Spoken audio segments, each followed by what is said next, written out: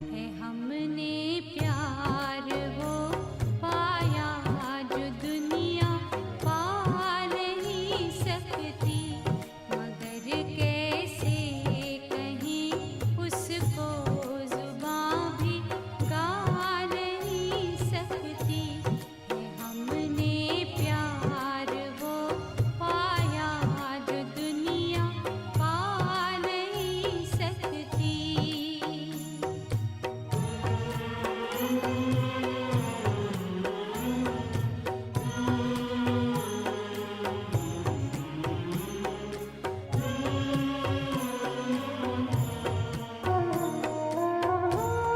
नहीं ये देह में दुनिया में ना दौलत में मिलता है, रूहानी प्यार मन रूहों की मुस्कानों में खिलता है, कि मुस्कानों में खिलता है।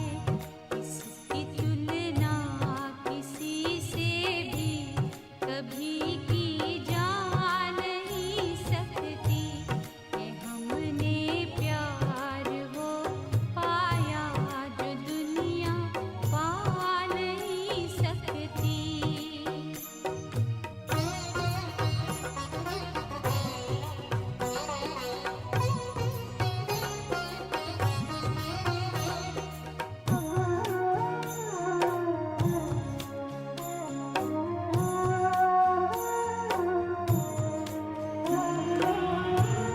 मचलती हूरों की महफिल, फरिश्ते भी तरसते हैं, जिसे पाने लिए कितने अनेकों कष्ट सहते हैं, अनेकों कष्ट सहते हैं।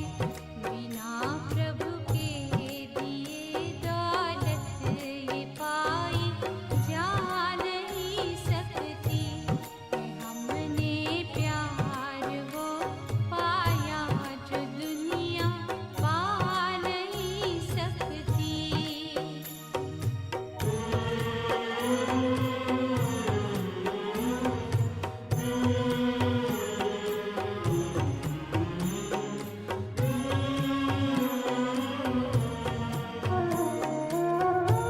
ये जाने पुण्य है कब का, ये किस तब का है फल पाए, हमारे बैठ कर सन्मुख हमारे रोज गुण गाए, हमारे रोज गुण गाए। ये खूबी है उसी की जो बयां की जा नहीं सकती। है हमने प्यार वो पाया जो दुनिया पा नहीं सकती, मगर कैसे कहीं उसको जुबां भी गा नहीं सकती। है हमने प्यार वो पाया जो दुनिया पा नहीं सकती। ओम शांति। 30 जनवरी 2021 बाबा के महावाक्य हैं। बाबा समझाते, मीठे बच्चे, तुम्हारी याद की यात्रा बिल्कुल ही गुप्त है। तुम बच्चे अभी मुक्ति धाम में जाने की यात्रा कर रहे हो। प्रश्न है, स्थूल वतनवासी से सूक्ष्म वतनवासी फरिश्ता बनने का पुरुषार्थ क्या है? बाबा समझाते, सूक्ष्म वतनवासी फरिश्ता बनना है तो रूहानी सर्विस में हड्डी हड्डी स्वाहा करो। बिना हड्डी स्वाहा किए फरिश्ता नहीं बन सकते, क्योंकि फरिश्ते बिगर हड्डी मांस के होते हैं। इस बेहद की सेवा में दधीची ऋषि की तरह हड्डी हड्डी लगानी है, तभी व्यक्त से अव्यक्त बनेंगे। तो बाबा समझा रहे हैं सेवा के फील्ड में, सेवा के टॉपिक पर हमें बाबा कहते सर्विस में, इस रूहानी सर्विस में ऐसे लग जाना है कि अपनी हड्डी हड्डी स्वाहा कर दें, क्योंकि बाबा ने कहा फरिश्तों को हड्डी मांस नहीं होता है। तो इसलिए बेहद सेवा में अपनी हड्डी हड्डी स्वाहा करनी है, संपूर्ण स्वाहा होना है। गीत है धीरज धर मनवा। ओम शांति। बच्चों को इस गीत से इशारा मिला कि धीरज धरो। बच्चे जानते हैं हम श्रीमत पर पुरुषार्थ कर रहे हैं और जानते हैं कि हम इस गुप्त योग की यात्रा पर हैं। वे यात्रा अपने समय पर पूरी होनी है। मुख्य है ही ये यात्रा, जिसको तुम्हारे सिवाय और कोई भी नहीं जानते हैं। यात्रा पर जाना है ज़रूर, और ले जाने वाला पंडा भी चाहिए। इसका नाम ही रखा हुआ है पांडव सेना। अब यात्रा पर है। स्थूल लड़ाई की कोई बात नहीं है, हर एक बात गुप्त है। यात्रा भी बड़ी गुप्त है। शास्त्रों में भी है। बाप कहते हैं मुझे याद करो तो मेरे पास आकर पहुँचेंगे। ये यात्रा तो हुई ना। बाप सब शास्त्रों का सार बताते हैं, प्रैक्टिकल में, एक्ट में ले आते हैं। हम आत्माओं को यात्रा पर जाना है अपने निर्वाण धाम। विचार करो तो समझ सकते हैं। बाबा ने कहा हम अभी सब गुप्त यात्रा पर हैं। बाहर से भले बाबा कहते कुछ नज़र नहीं आए, लेकिन है हम यात्रा पर। पावन बनना है हमें, पावन बन बाबा के पास जाना है। तो इसलिए बाबा कहते हमें ये गुप्त यात्रा करते रहना है, अपने निर्वाण धाम में जाना है। बाबा कहते अगर हम विचार सागर मंथन करते हैं तो इन सब बातों को अच्छी रीति हम समझ सकते हैं। तो बाबा कहते ये है मुक्ति धाम की सच्ची यात्रा। सब चाहते हैं हम मुक्ति धाम में जाएं। ये यात्रा करने के लिए कोई मुक्ति धाम का रास्ता बताए, परंतु बाप तो अपने समय पर आपे ही आते हैं, जिस समय को कोई नहीं जानते हैं। बाबा कहते मनुष्य आत्माएं तो कब से चाहती हैं कि हम मुक्ति धाम जाए, कोई आए हमें रास्ता बताए मुक्ति धाम जाने का। लेकिन बाबा कहते ड्रामा अनुसार मैं अपने समय पर ही आता हूँ और स्वयं आकर ये रास्ता बच्चों को बताता हूँ। बाबा कहते बाप आकर समझाते हैं तो बच्चों को निश्चय होता है बरोबर ये सच्ची यात्रा है जो गाई हुई है। भगवान ने ये यात्रा सिखलाई थी। मन मना भव मध्याजी भव। ये अक्षर भी तुम्हारे काम के बहुत हैं। सिर्फ किसने कहा ये भूल कर दी है। बाबा कहते अक्षर सही है, गीता में भी यही अक्षर है, मन मना भव मध्याजी भव। लेकिन कहा किसने ऐसा? किसमें हमें मन को लगाना है? किसमें मन को लगाकर हम विष्णु समान या विष्णुपुरी में जाने के लायक बन सकते हैं? बाबा कहते उस नाम की भूल कर दी है। कहते हैं देह सही देह के सब संबंधों को भूल जाओ। इसको भी देह है, अर्थात ब्रह्मा बाबा को भी देह है। इसको भी समझाने वाला दूसरा है। जिसको अपनी देह नहीं है वे बाप है विचित्र। उनको कोई चित्र नहीं है। चित्र अर्थात ये शरीर। तो बाबा कहते ब्रह्मा बाबा को भी समझाने वाले कौन है? शिव बाबा, जिनको अपना शरीर नहीं है। बाबा कहते और तो सबके चित्र हैं, सारी दुनिया चित्रशाला है।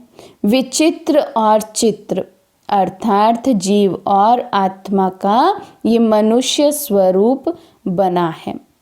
तो चित्र कहा गया शरीर को और विचित्र कहा गया आत्मा को।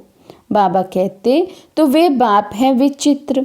समझाते हैं मुझे इस चित्र का आधार लेना पड़ता है। बरोबर शास्त्रों में है, भगवान ने कहा था, जबकि महाभारत लड़ाई भी लगी थी। राजयोग सिखाते थे, जरूर राजाई स्थापन हुई थी। अभी तो राजाई है नहीं। राजयोग भगवान ने सिखाया था नई दुनिया के लिए, क्योंकि विनाश सामने खड़ा था।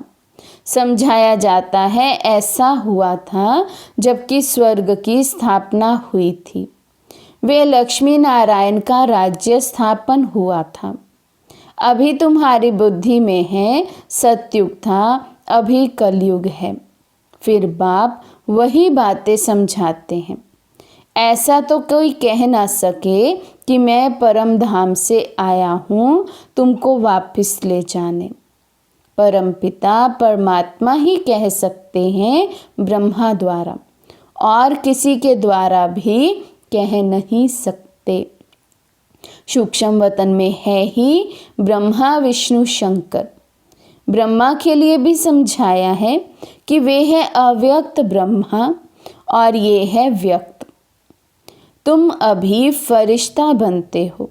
फरिश्ते स्थूल वतन में नहीं होते। फरिश्तों को हड्डी मांस नहीं होता है। तो बाबा कहते फरिश्ते स्थूल वतन में नहीं होते, माना मन और बुद्धि से हमें स्थूल में नहीं रहना। कहाँ रहना है? सूक्ष्म वतन में। और दूसरा बाबा ने कहा फरिश्तों को हड्डी मांस नहीं होता है। यहाँ इस रूहानी सर्विस में हड्डी आदि सब खल्लास कर देते हैं, फिर फरिश्ता बन जाते हैं। तो तब तक फरिश्ता नहीं बन सकते जब तक बाबा कहते इस सर्विस में, रूहानी सर्विस में अपनी हड्डी स्वाहा नहीं करते हैं। बाबा कहते अभी तो हड्डी है ना, ये भी लिखा हुआ है अपनी हड्डियां भी सर्विस में दे दी। गोया अपनी हड्डियां खल्लास करते हैं। स्थूल वतन से सूक्ष्म वतन वासी बनना है। यहाँ हम हड्डी देकर सूक्ष्म बन जाते हैं। इस सर्विस में सब स्वाहा करना है। याद में रहते रहते हम फरिश्ते बन जाएंगे। ये भी गाया हुआ है मिरुआ मौत मलूक का शिकार। मलूक फरिश्ते को कहा जाता है। तुम मनुष्य से फरिश्ते बनते हो, तुमको देवता नहीं कह सकते हैं। यहाँ तो तुमको शरीर है ना। सूक्ष्म वतन का वर्णन अभी होता है। योग में रह फिर फरिश्ते बन जाते हैं। पिछाड़ी में तुम फरिश्ते बन जाएंगे। तुमको सब साक्षात्कार होगा और खुशी होगी। मनुष्य तो सब काल का शिकार हो जाएंगे। तुम्हारे में जो महावीर हैं वे तो अडोल रहेंगे। विनाश काल जब होगा, बाबा कहते हम बच्चों में से भी जो महावीर होंगे, जिनका बहुत काल का बहुत अच्छा अभ्यास होगा फरिश्ता स्वरूप में स्थित रहने का या निराकारी स्वरूप में स्थित रहने का, बाबा कहते वे बच्चे तो अडोल रहेंगे। बाकी क्या क्या होता रहेगा। विनाश की सीन तो होनी है ना। अर्जुन को विनाश का साक्षात्कार हुआ। एक अर्जुन की बात नहीं, तुम बच्चों को विनाश और स्थापना का साक्षात्कार होता है। पहले पहले बाबा को भी विनाश का साक्षात्कार हुआ। उस समय ज्ञान तो कुछ था नहीं। देखा सृष्टि का विनाश हो रहा है। फिर चतुर्भुज का साक्षात्कार हुआ। समझने लगे ये तो अच्छा है। विनाश के बाद हम विश्व के मालिक बनते हैं तो खुशी आ गई। अभी ये दुनिया नहीं जानती कि विनाश तो अच्छा है ना। पीस के लिए प्रयत्न करते रहते हैं, परंतु आखिरी विनाश तो होना है। बाबा कहते जितना मर्जी शांति के लिए प्रयत्न करते रहें, लेकिन विनाश तो ड्रामा अनुसार अपने समय पर होना ही है। बाबा कहते याद करते हैं पतित पावन आओ, तो बाप आएंगे ज़रूर, आकर पावन दुनिया स्थापन करेंगे जिसमें हम राजाई करेंगे। ये तो अच्छा है ना। पतित पावन को क्यों याद करते हैं? क्योंकि दुख है। पावन दुनिया में देवताएं हैं, पतित दुनिया में तो देवताओं के पैर आ नहीं सकते, तो ज़रूर पतित दुनिया का विनाश होना है। बाबा कहते बुलाते ही हैं, हे पतित पावन आओ, आकर हमें पावन बनाओ। तो बाबा कहते पावन तो देवता होते हैं, तो जब हम पावन बन जाएंगे, देवता बन जाएंगे, तो बाबा कहते इस पतित दुनिया में थोड़ी ना आ सकते हैं। तो इसलिए इस पतित दुनिया का विनाश कराए, फिर पावन दुनिया की स्थापना बाबा आकर कराते हैं। तो बाबा कहते पावन दुनिया में देवताएं हैं, पतित दुनिया में तो देवताओं के पैर आ नहीं सकते, तो ज़रूर पतित दुनिया का विनाश होना चाहिए। गाया हुआ भी है, महाविनाश हुआ। उसके बाद क्या होता है? एक धर्म की स्थापना, सो तो ऐसे होगी ना। यहाँ से राजयोग सीखेंगे, विनाश होगा, बाकी भारत में कौन बचेगा? जो राजयोग सीखते हैं, नॉलेज देते हैं, वही बचेंगे। विनाश तो सबका होना है, इसमें डरने की बात नहीं। पतित पावन को बुलाते हैं, जबकि वे आते हैं तो खुशी होनी चाहिए। बाप कहते हैं विकारों में मत जाओ, इन विकारों पर जीत पाओ, व दान दे दो तो ग्रहण छूटे। भारत का ग्रहण छूटता ज़रूर है, काले से गोरा बनना है। सतयुग में पवित्र देवताएं थे, वे ज़रूर यहाँ बने होंगे। बाबा कहते सतयुग में थे तो सतयुग में थोड़े ना बनेंगे तो पहले ही, तो सतयुग से पहले ये संगम युग है। बाबा कहते ज़रूर देवी देवता बने तो संगम पर होंगे। बाबा कहते तुम जानते हो हम श्रीमत से निर्विकारी बनते हैं। भगवान उवाच ये है गुप्त, श्रीमत पर चलकर तुम बादशाही पाते हो। बाप कहते हैं तुमको नर से नारायण बनना है, सेकंड में राजाई मिल सकती है। शुरू में बच्चियां 4-5 दिन भी वैकुंठ में जाकर रहती थी। शिव बाबा आकर बच्चों को वैकुंठ का साक्षात्कार कराते थे। देवताएं आते थे, कितना मान शान से, तो बच्चों को दिल अंदर लगता है बरोबर गुप्त वेश में आने वाला बाप हमको समझा रहे हैं। ब्रह्मा तन में आते हैं, ब्रह्मा का तन तो यहाँ चाहिए ना। प्रजापिता ब्रह्मा द्वारा स्थापना। बाबा ने समझाया है, कोई भी आते हैं उनसे पूछो किसके पास आते हो? भीखे के पास। अच्छा, ब्रह्मा का नाम कभी सुना है?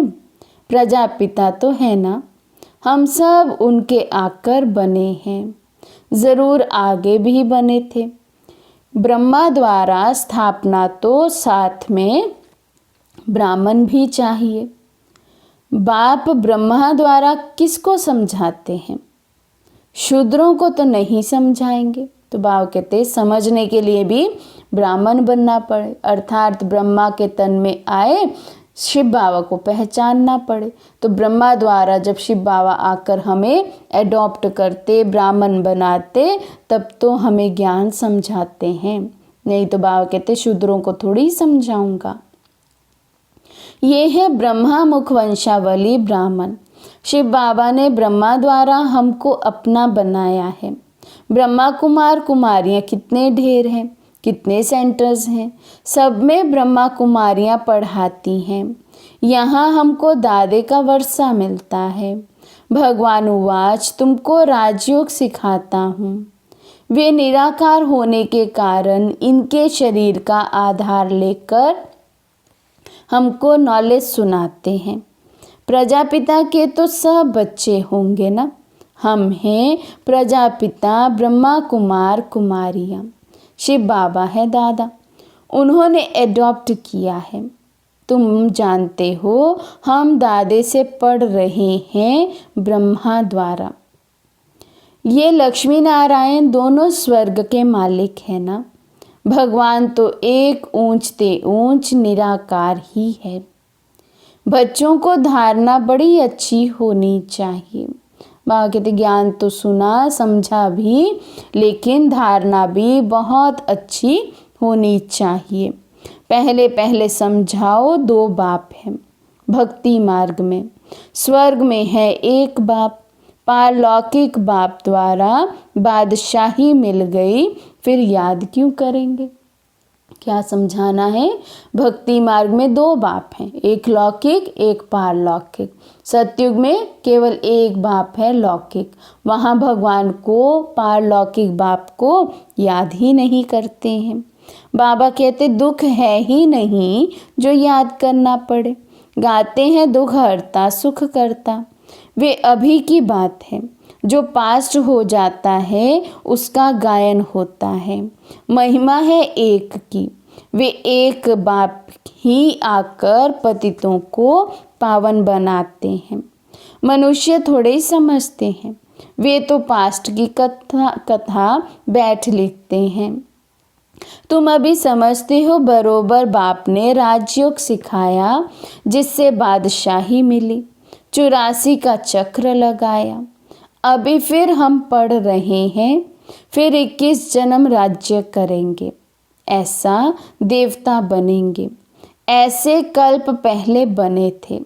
समझते हो हमने पूरा 84 जन्मों का चक्र लगाया। अब फिर सतयुग त्रेता में जाएंगे, तब तो बाप पूछते हैं आगे कितनी बार मिले हो। ये प्रैक्टिकल बात है ना। नया भी कोई सुने तो समझेंगे 84 का चक्र तो ज़रूर है।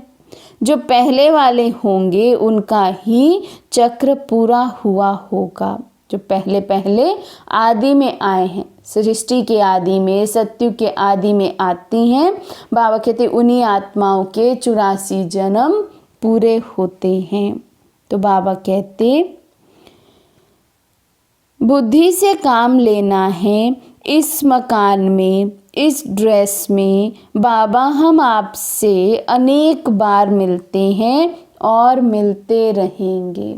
हर कल्प में ऐसे ही बाबा से मिलते रहेंगे। पतित से पावन, पावन से पतित होते ही आए हैं। कोई चीज़ सदैव नई ही रहे ये तो हो नहीं सकता। तो बाबा कहते सृष्टि भी सदा ही नहीं रहे ये हो नहीं सकता। पति से हम पावन बने ही नहीं, पावन से फिर पतित बने ही नहीं, ये भी हो नहीं सकता। तो बाबा कहते चक्र है, ये चलता ही रहता है। नई से पुरानी, पुरानी से नई सृष्टि बननी ही है। उसी तरह से पति से पावन, पावन से पतित भी बनना ही है। तो बाबा कहते कोई चीज़ सदैव नई ही रहे ये हो नहीं सकता। पुरानी ज़रूर बनती है। हर चीज़ सतो रजोतमों में आती है। अभी तुम बच्चे जानते हो नई दुनिया आ रही है, उसको स्वर्ग कहा जाता है। ये है नर्क, वे है पावन दुनिया। बहुत पुकारते हैं हे पतित पावन, हमको आकर पावन बनाओ, क्योंकि दुख जास्ती होता जाता है ना। परंतु ये समझते नहीं कि हम ही पूज्य थे, फिर पुजारी बने हैं। द्वापर में पुजारी बने, अनेक धर्म होते गए, बरोबर पति से पावन, पावन से पतित होते आए हैं। भारत के ऊपर ही खेल है। तुम बच्चों को अब स्मृति आई है, अब तुम शिव जयंती मनाते हो। बाकी और कोई शिव को तो जानते ही नहीं है। हम जानते हैं बरोबर, हमको राजयोग सिखलाते हैं। ब्रह्मा द्वारा स्वर्ग की स्थापना हो रही है। ज़रूर जो योग सीखेंगे, स्थापना करेंगे, फिर वही राज्य भाग्य पाएंगे। बाबा कहते जो बाबा को याद करेंगे, सेवा करेंगे, स्थापना करेंगे नई सतयुगी सृष्टि की, औरों को आप समान बनाएंगे। बाबा कहते वही बच्चे राज्य भाग्य पाएंगे। हम कहते हैं बरोबर हम कल्प कल्प बाप से ये राजयोग सीखे हैं। बाबा ने समझाया है अभी ये 84 जन्मों का चक्र पूरा होता है, फिर नया चक्र लगाना है। चक्र को तो जानना चाहिए ना। भल ये चित्र ना हो तो भी तुम समझा सकते हो, ये तो बिल्कुल सहज बात है। बरोबर भारत स्वर्ग था, अब नर्क है। सिर्फ वे लोग समझते हैं कलयुग अर्जुन बच्चा है। तुम कहते हो ये तो कलयुग का अंत है, चक्र पूरा होता है। बाप समझाते हैं मैं आता हूँ पतित दुनिया को पावन बनाने। तुम जानते हो हमको पावन दुनिया में जाना है। तुम मुक्ति, जीवन मुक्ति, शांति धाम, सुख धाम और दुख धाम को भी समझते हो, परंतु तकदीर में नहीं है तो फिर ये ख्याल नहीं करते कि क्यों ना हम सुख धाम में जाएं। बरोबर हम आत्माओं का घर वे शांति धाम है। वहाँ आत्माओं को ऑर्गन्स ना होने के कारण कुछ बोलती नहीं है। शांति वहाँ सबको मिलती है। सतयुग में है एक धर्म। ये अनादि अविनाशी वर्ल्ड ड्रामा है जो चक्र लगाता ही रहता है। आत्मा कभी विनाश नहीं होती है। शांति धाम में भी थोड़ा समय ठहरना ही पड़े। ये बहुत समझ की बातें हैं। बाबा कहते एकदम से पाठ शुरू नहीं हो जाता, विनाश होता है। शांति धाम कुछ आत्माएं रहती हैं, सभी आत्माएं जाती हैं, लेकिन कुछ आत्माएं बाबा कहते कुछ समय के लिए विश्राम करती हैं और फिर से नीचे पाठ बजाने आ जाती हैं। तो बाबा कहते थोड़े समय के लिए तो हर आत्मा को शांति धाम में ठहरना ही है, फिर अपने समय अनुसार अपने पाठ अनुसार नीचे आते हैं। बाबा कहते ये बहुत समझने की बातें हैं। कलयुग है दुख धाम, कितने अनेक धर्म हैं, कितना हंगामा है। जब बिल्कुल दुख धाम होता है तभी बाप आते हैं। दुख धाम के बाद है फुल सुख धाम। शांति धाम से हम आते हैं सुख धाम में, फिर दुख धाम बनता है। सतयुग में संपूर्ण निर्विकारी, यहाँ संपूर्ण विकारी। ये समझाना तो बहुत सहज है ना, हिम्मत चाहिए। कहाँ भी जाकर समझाओ। ये भी लिखा हुआ है हनुमान सत्संग में पीछे जूतियों में जाकर बैठता था। तो महावीर जो होंगे वे कहाँ भी जाकर युक्ति से सुनेंगे, देखेंगे क्या बोलते हैं। तुम ड्रेस बदलकर कहाँ भी जा सकते हो उनका कल्याण करने। बाबा भी गुप्त वेश में तुम्हारा कल्याण कर रहे हैं। मंदिरों में कहाँ भी निमंत्रण मिलता है तो जाकर समझाना है। दिन प्रतिदिन तुम होशियार होते जाते हो। सबको बाप का परिचय तो देना ही है, ट्रायल करनी है। ये तो गाया हुआ है पिछाड़ी में सन्यासी राजाएं आदि आए। राजा जनक को सेकंड में जीवन मुक्ति मिली। वे फिर जाकर त्रेता में अनुजनक बना। अच्छा, मीठे मीठे सिकी लदे बच्चों प्रति माता पिता बाप दादा का याद प्यार और गुड मॉर्निंग। रूहानी बाप की रूहानी बच्चों को नमस्ते। हम रूहानी बच्चों की रूहानी बाप दादा को दिलवा जान शिकवा प्रेम से नमस्ते नमस्ते नमस्ते जी।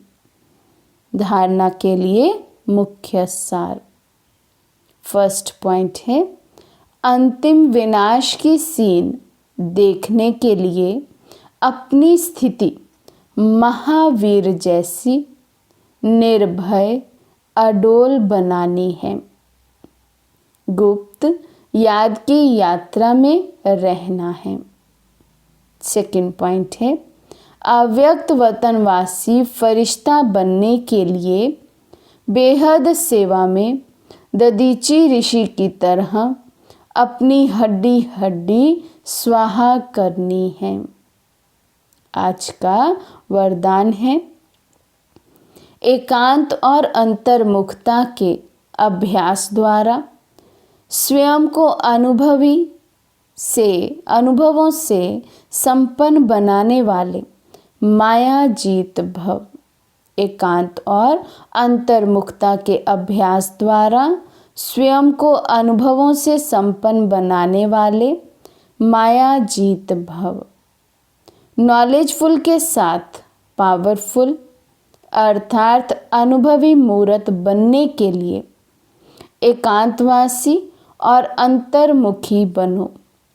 डगमग होने का कारण है अनुभव की कमी, इसलिए सिर्फ समझने समझाने वाले या मनन मूर्त नहीं बनो। एकांतवासी बन हर पॉइंट के अनुभवी बनो तो किसी भी प्रकार के धोखे से, दुख व दुविधा से बच जाएंगे। ज्ञान को बाबा कहते हैं केवल सुनना, सुनाना, समझना, मनन करना ही काफ़ी नहीं है, उसके अनुभवी मूर्त भी बनना है, अनुभव भी करना है, पॉइंट का हर एक पॉइंट का अनुभव करना है। तो बाबा कहते इस अनुभव से क्या होगा, कभी भी धोखा नहीं खाएंगे, दुख या दुविधा में फंसेंगे नहीं। बाबा कहते किसका बच्चा हूँ, क्या प्राप्ति है, इस पहले पाठ का अनुभव कर लिया तो माया जीत सहज ही हो जाएंगे। स्लोगन है, जिम्मेवारी संभालते हुए डबल लाइट रहने वाले ही बाप के समीप रतन हैं। जिम्मेवारी संभालते हुए डबल लाइट रहने वाले ही बाप के समीप रतन हैं। अच्छा, ओम शांति। वैसे तो जिंदगी में करने को बहुत कुछ है, वैसे तो जिंदगी में करने को बहुत कुछ है। पल भर निकालिए प्रभु के भी नाम पर, पल भर निकालिए प्रभु के भी नाम पर। वैसे तो जिंदगी में करने को बहुत कुछ है।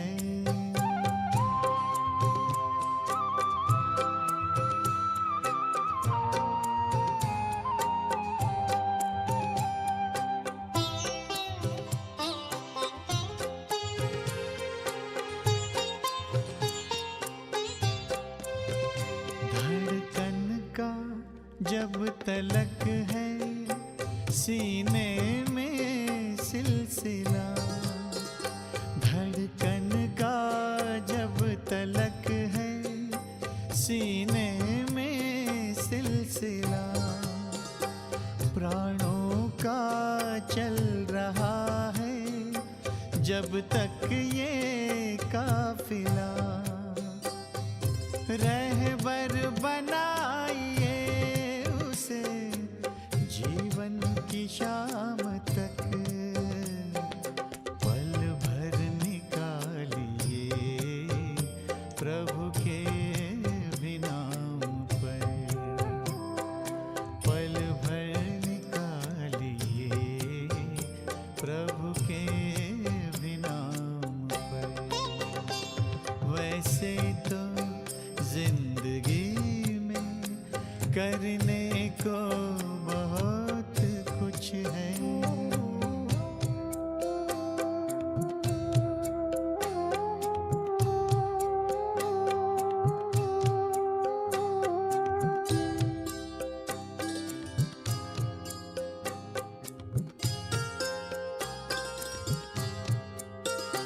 सिर पर सदा हमारे उसका ही हाथ हो, सिर पर सदा हमारे उसका ही हाथ हो।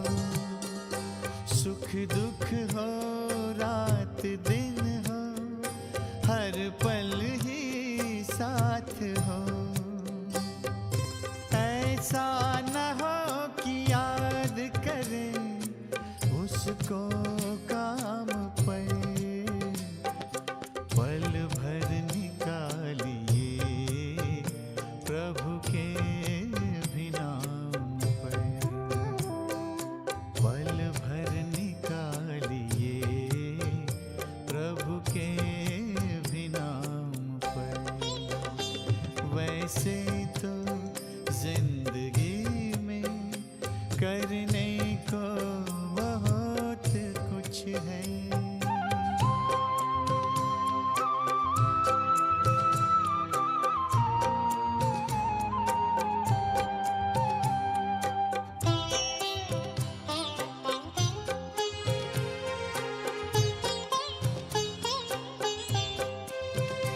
आँखें जो देखती हैं वो सब हैं मिटने वाले, आँखें जो देखती हैं वो सब हैं मिटने वाले।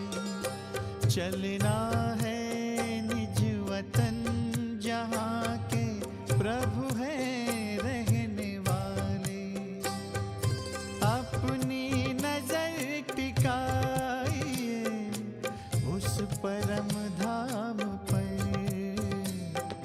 पल भर निकालिए प्रभु के भी नाम पर, पल भर निकालिए प्रभु के भी नाम पर। वैसे तो जिंदगी में करने को बहुत कुछ है, वैसे तो जिंदगी में करने को बहुत कुछ है, पल भर निकालिए प्रभु के भी नाम पर, पल भर निकालिए प्रभु के